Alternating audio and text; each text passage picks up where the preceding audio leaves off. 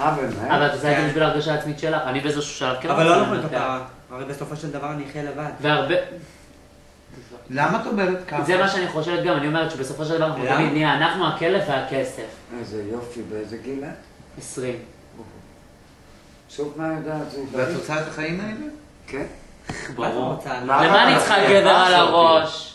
שואדה, מה זה? אם לא היא אז מי? אם לא היא אז מי? היום בגיל 20 יש גבר זה מספיק. בגיל 40 אני רוצה אחרי כל הכספים ללכת לטייל ולראות עולם. פודרות, מגלחות, זה. היום יוצאת פרשקה החוצה. מה זה פרשקה? היום בדיוק. גם מסתכלות על הקוקסיניות של פעם. כן, מסתכלת על האוריות. באיזשהו שלב. באיזשהו שלב? תוך 3 כל הקוקסיניות של פעם היו פרנסות גברים והיו עושה בשביל גבר הכל. היום הקוקסיניות לא ככה. אני רק מפחדת מדבר. אני גם רציתי לעשות מה היה אחרי? מה אחרי? הנה אחרי. מה בדיוק רצית? לא רוצה לעבוד עם חוץ. אמרתי, אני אעשה... אמרתי שאני לא עובדת, אני לא זונה. את לא נותנת לו שלב בככה. כי רוני טובה. לא זוכרת שבגלל חשמל דיברתי על זה, ניתוח. אז רציתי היום, לא.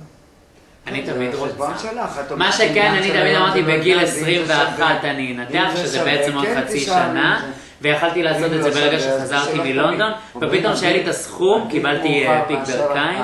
אבל אם את תחשבי גם על לא, עצמך. בגיל 40. בגלל זה כאילו עדיין זה מוקדם, אבל באיזשהו שלב, לפני גיל 30, זה לא חייב, זה גם יכול לבוא לך שאת לא רוצה.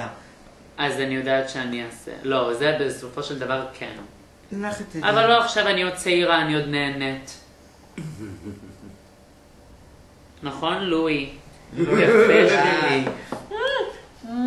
כואב לה הכוס, נהנית לא נהנית, מה החיים אותו דבר. נכון. זין. בסופו של דבר אנחנו כולם נשארות, אנחנו הכלב והמיליונים כמו של גילה. הבניין. הבניין כמו של גילה. והשכונה של גילה, למי תורישי אבל את כל המיליונים? גילה. איזה מיליונים. למי תורישי את הבניין? בסדר, לא מיליונים. בניין, למי תורישי? גילה, אני הייתי במקומך. יש לי דירה אחת, אה? אני במקומך הייתי פותחת אגודה. על מה? עכשיו אני רוצה להגיד לך גברת מור. כן. יש קפה ג'ורג'יה לא יכולתי להיות.